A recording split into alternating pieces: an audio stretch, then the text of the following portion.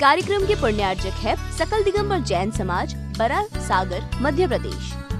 जय जिनेंद्र दर्शकों, मैं भाग्यश्री और आप सभी का स्वागत है श्रीमद जिनेंद्र पंचकल्याणक जिन बिंब प्रतिष्ठा गजरथ महोत्सव एवं विश्व शांति महायज्ञ की दूसरी कड़ी में, जिसमें हम आज आपको दिखाएंगे प्रभु के तप कल्याणक, ज्ञान कल्याणक एवं मोक्ष कल्याणक के मनोहारी पल। ये पंचोत्सव संत शिरोमणि आचार्य श्री विद्यासागर जी महाराज के मंगल आशीर्वाद से मध्य प्रदेश की धर्म नगरी सागर के बंडा स्थित बरा के श्री आदिनाथ परिसर में 4 से 9 फरवरी के मध्य आयोजित किया गया, जिसमें परम पूज्य मुनि श्री पवित्र सागर जी महाराज एवं परम पूज्य मुनि श्री प्रयोग सागर जी महाराज का पावन सानिध्य मिला। इतना ही नहीं, इस दौरान प्रतिष्ठाचार्य श्री ब्रह्मचारी संजय भैया जी मुरैना के निर्देशन में समस्त शावक शाविकाओं ने मंगल क्रियाओं को पूर्ण कर पुण्य का संचय किया। तो आइए दर्शकों, अविलंब आरंभ करते हैं महोत्सव की दूसरी कड़ी यानी अंतिम कड़ी की मनोहारी झलकियां। संत शिरोमणि आचार्य श्री विद्यासागर जी महाराज के मंगल आशीर्वाद से मध्य प्रदेश की धर्म नगरी सागर स्थित बंडा के बरा में 4 से 9 फरवरी के मध्य श्रीमद जिनेंद्र पंच कल्याणक जिन बिंब प्रतिष्ठा गजरथ महोत्सव एवं विश्व शांति महायज्ञ आयोजित किया गया। यह पंचोत्सव श्री 1008 भगवान पार्श्वनाथ की समव शरण स्थली नैनागिरी के निकट बरा नगर में आयोजित हुआ, जिसमें परम पूज्य मुनि श्री पवित्र सागर जी महाराज एवं परम पूज्य मुनि श्री प्रयोग सागर जी महाराज का पावन सानिध्य मिला। प्रभु के तप कल्याणक महोत्सव का शुभारंभ गुरुवर के मुखार बिंद से उच्चारित मंत्रों के साथ सौभाग्यशाली परिवारों द्वारा प्रभु की शांति धारा के साथ किया गया। प्रभु की शांति धारा करते हुए सभी परिवारों ने स्वयं के साथ ही विश्व कल्याण की कामना की। उदय डॉक्टर एकांत सागर सपरिवार से पंकज नबीस सीधी सपरिवार से व्यास सुरेश संजीव मनोज भट्टा सपरिवार से विशाल मुकेश सूत वाले सागर सपरिवार से सहोदर नरेंद्र कुमार नाथुराम पंकज कुमार सपरिवार से डॉक्टर सुबोध चंद्रा गुलशन दमो सपरिवार से सुदेश सागर जैसी नगर सपरिवार से पवन कुमार जी बादलपुर सपरिवार। मंत्रोच्चारण के साथ सभी इंद्र इंद्राणियों ने अष्ट द्रव्यों के साथ विधान मंडल पर श्रीफल भेंट करते हुए विधान पूजन आरंभ किया।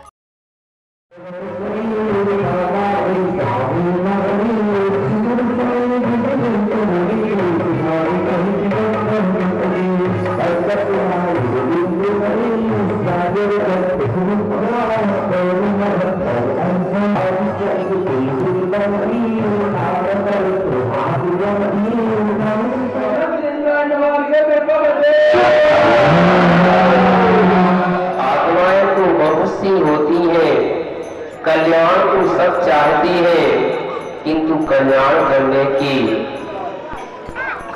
करने का पुरुषार्थ तो प्रत्येक आत्मा को करना ही होगा, क्योंकि संसार का प्रत्येक जीव सुखी होना चाहता है।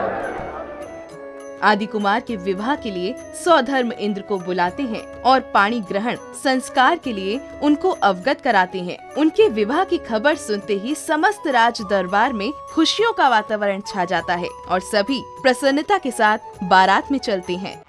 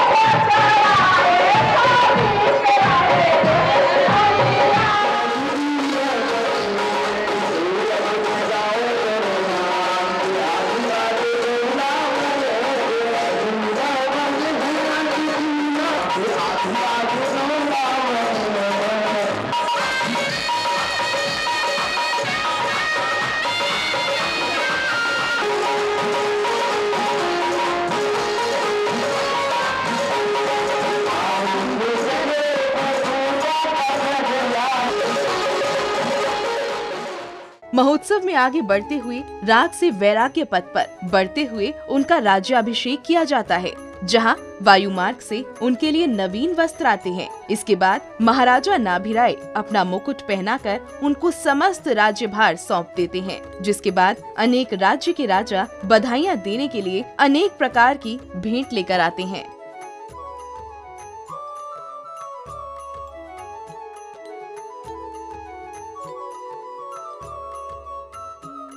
राज्य व्यवस्था ग्रहण करते ही समस्त राज्य की प्रजा उनके पास आती है। तब युवराज आदि कुमार प्रजा को जीवन यापन करने के लिए षष्ठ क्रम का ज्ञान देते हैं।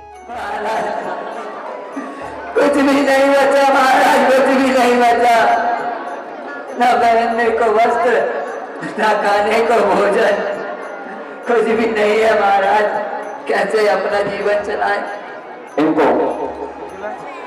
कर्म करना सिखाएं, इससे आप जीवों की रक्षा करें, अपने घर की परिवार की रक्षा करो। संकट आए किसी का वध नहीं करना, रक्षा के लिए उठाना है। सबको पढ़ाओ, बोलो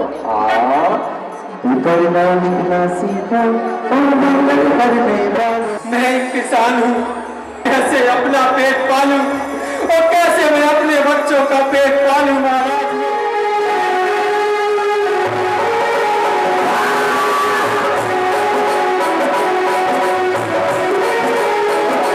अरे मैं लुट गया महाराज, मैं लुट गया महाराज।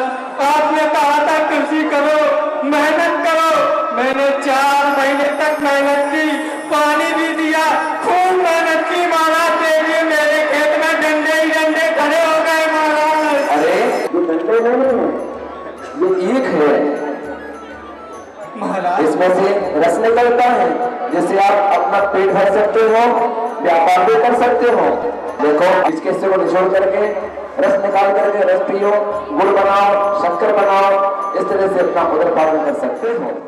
इसके बाद नीलांजना द्वारा एक सुंदर भव्य नृत्य की प्रस्तुति दी जाती है, जिसे देखने के बाद युवराज आदि कुमार को वैराग्य आ जाता है। वैराग्य की अनुमोदना करने के लिए राज दरबार में लोकांतिक देवों का आगमन होता है। इस दृश्य के साक्षी बनने के लिए समस्त बरा नगरी के लोग इस धरा पर उपस्थित थे। हे तीन ज्ञान संयुक्त भगवान, आपकी आत्मा निर्विकार है, दोष मुक्त है, किंतु संसार अवस्था में तत्पर है। आप धन्य हैं, आप धन्य हैं, आप धन्य हैं। दीक्षा के मार्ग पर बढ़ने से पूर्व युवराज आदि कुमार का दीक्षाभिषेक किया गया। इसके बाद उनको पालकी में विराजमान करते हुए वन गमन करने से पूर्व समस्त परिसर में भावुकता का वातावरण छा गया। उनकी पालकी उठाने के लिए मनुष्य एवं देवों में बहस होती है, जिसका निराकरण स्वयं गुरुवर द्वारा किया जाता है। इतना वैभव होने के पश्चात भी देवताओं, आपके पास एक बहुत बड़ी कमी है कि आप अपने जीवन में कभी संयम को अंगीकार नहीं कर सकते। इसलिए जो संयम और महाव्रतों को अंगीकार करने के लिए जा रहे हैं, ऐसे आदि कुमार की पालकी को उठाने का सौभाग्य इस पृथ्वी लोक के, मनुष्य लोक के जो संयमी जीव है, उनको यह सौभाग्य दिया जाएगा। दीक्षा पालकी को लेकर वन की ओर जाते हैं, जहां वट वृक्ष के नीचे महामुनिराज द्वारा दीक्षार्थी आदि कुमार को दीक्षा संस्कार प्रदान कर नवीन पिच्छी, कमंडल आदि भेंट किए गए। इसके बाद सभी ने नए महामुनिराज के दर्शन आशीष ग्रहण किए। सिद्धात्महेवत कक्षारों की सब प्रकार की इच्छा, बैठे चंद के शिला ऊपर। ओम अंघ कख दग चछ जज जंड टटटण कथ ददन पफ गोमयण ससह ह्रीं क्रीं क्रौं स्वाहा। ओम यह है शुद्ध कामष्टकम संस्कार स्मृतो।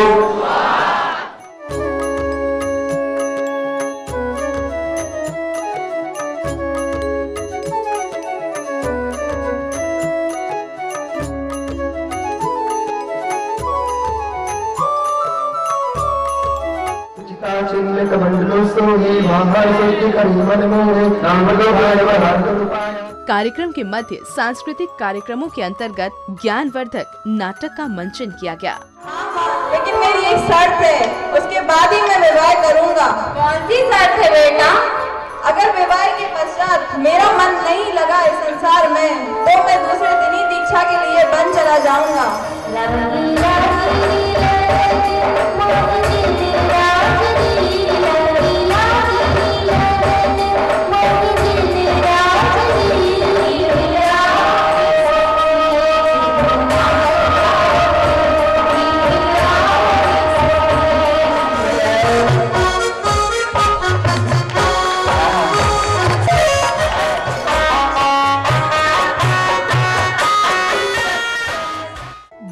ग्रहण करने के बाद प्रथम बार महामुनिराज आहारचर्या के लिए निकले, जहां नगरवासियों ने नवदा भक्ति पूर्वक उनका पड़ गाहन कर आहार विधि पूर्वक सर्वप्रथम इच्छुक रस से आहार दान दिया।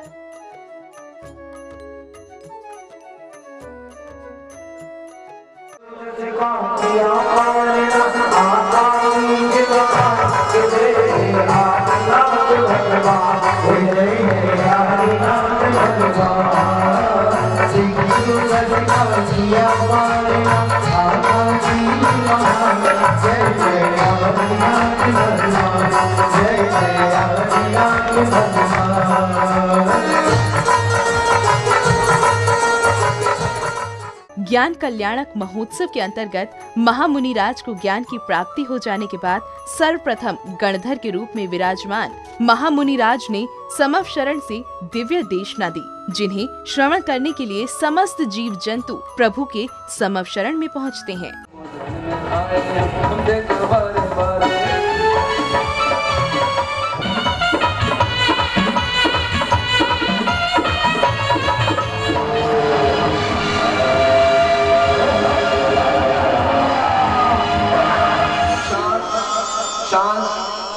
ये उपद्रव कैसा? कौन हो तुम?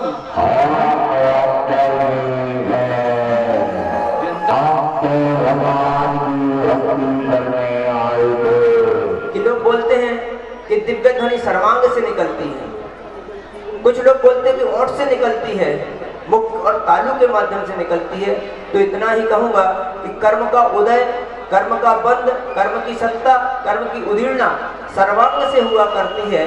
और इसीलिए जब भगवान अनंत देव के सर्वांग में ही केवल ज्ञान प्रकट हो चुका है, अर्थात वह केवल ज्ञानावली कर्म नष्ट हो गया है, तो जो केवल ज्ञान प्रकट हुआ है वो सर्वांग में प्रकट हुआ है। इसलिए उनकी ध्वनि सर्वांग से निकलती है और हमें दिखाई भले मुख से देती है।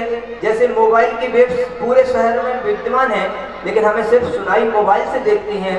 इसी प्रकार से उनके सर्वांग से दिव्य ध्वनि खिलती है। समवशरण में बैठे इंद्र इंद्राणियों ने संगीत में विधान पूजन का आनंद लेते हुए अष्ट द्रव्यों से अर्घ्य अर्पित किए। इतना ही नहीं, सभी धर्मानुरागियों ने विधान मंडल पर श्रीफल अर्पित किए।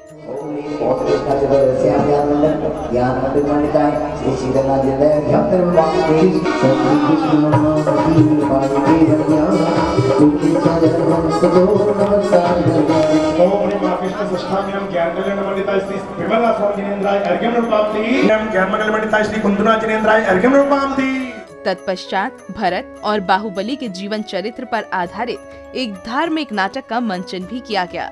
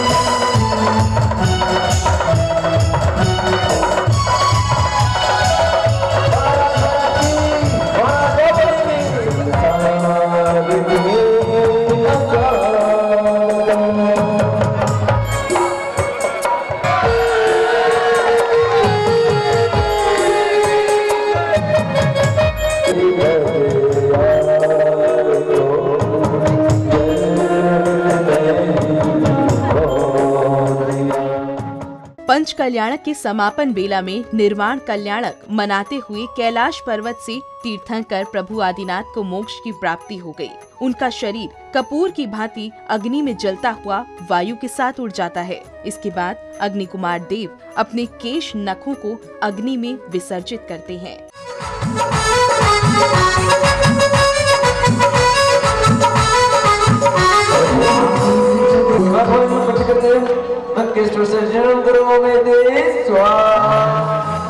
निर्वाण की प्राप्ति हो जाने के बाद श्रावकों ने प्रभु की प्रतिमा का संगीत में अभिषेक किया। उत्साहित श्रावकों का उत्साह देखते ही बन रहा था। इसके बाद सौभाग्यशाली परिवारों ने प्रभु की शांति धारा की। शांति धारा करते हुए सभी ने विश्व कल्याण की कामना की। ओम वृषभादेव श्री वर्धमान पर्यंताश्च चतुर्विंश अनुराग श्रद्धा सरा आराध्या अनिष्का गौरव स्वाति काव्य समस्त वैशाखी परिवार नागपुर श्री हुकुम चंडी जैन आरा बिहार जूली जुई अभिषेक जैन उत्तम जैन श्रीचंद जैन स्वास्थ्य लाभार्थम कल्पना जैन नागपुर समस्त साव परिवार श्री योगेश जैन सर्वशत्रु विघ्नम सर्वोपसर्गम सर्व विघ्नम सर्वराज्य भयम जनात विद्यालय ब्रह्म सर्व शांति गुरु गुरु ओम ह्रीं श्रीं क्लीं मैं बड़ी बाबरहम नमः ओम ह्रीं श्रीं क्लीं मैं बड़ी बाबरहम नमः ओम ह्रीं श्रीं क्लीं मैं बड़ी बाबरहम नमः। विधान पूजन करने के बाद सभी इंद्र इंद्राणियों ने विश्व शांति महायज्ञ किया। उच्चारित मंत्रों के साथ हवन पूजन करते हुए आहुतियां प्रदान की। सत्यजाताय नमः, अरजाताय नमः, परमजाते दृष्टि समने दृष्टि भूपते भूपते नरपते नरपते काल श्रवण सत्यजाताय नमः, अरजाताय नमः, दिव्याताय नमः, दिव्याजाताय नमः, रत्नप्रेमवतो गुरुतत्त्ववतो ओम नमस्ते उसनम सर्वशांतिं गुरु गुरु ओम नमस्ते उसनम सर्वशांतिं गुरु गुरु ओम ह्रीं नमस्ते उसनम सर्वशांतिं गुरु गुरु ओम ह्रीं नमस्ते उसनम सर्वशांतिं गुरु गुरु ओम ह्रीं नमस्ते उसनम सर्वशांतिं गुरु गुरु ओम ह्रीं श्री शांतिनाथ सुरपुष्प वृष्टि सत्रात्यार्मण भवतु। महोत्सव की समापन बेला में भव्य रथ यात्रा का आयोजन किया गया। बैंड बाजों के साथ श्रावक गण समस्त जिन प्रतिमाओं को लेकर मंदिर जी पहुँचे, जहां विधि विधान पूर्वक वेदी पर विराजमान किया।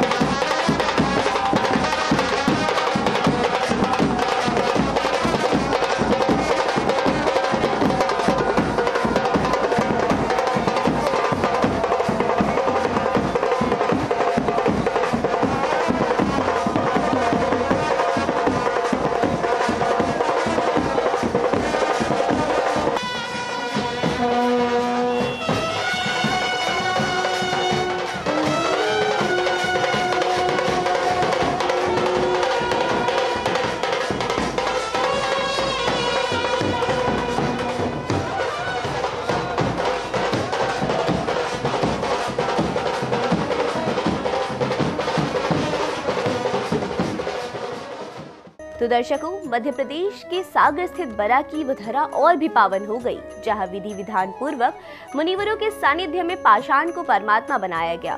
अब से ये भूमि एक तीर्थ की भांति पूजनीय मानी जाएगी, जहां एक नवनिर्मित मंदिर की प्रतिष्ठा हुई। तो दर्शकों, अब समय है आपसे विदा लेने का। आगे फिर उपस्थित होंगे ऐसे ही आयोजन के साथ। तब तक के लिए मुझे दीजिए आज्ञा और आप देखते रहिए जिनवाणी चैनल। जय जिनेंद्र। इस कार्यक्रम के पुण्यार्चक थे सकल दिगंबर जैन समाज, बरा, सागर, मध्य प्रदेश।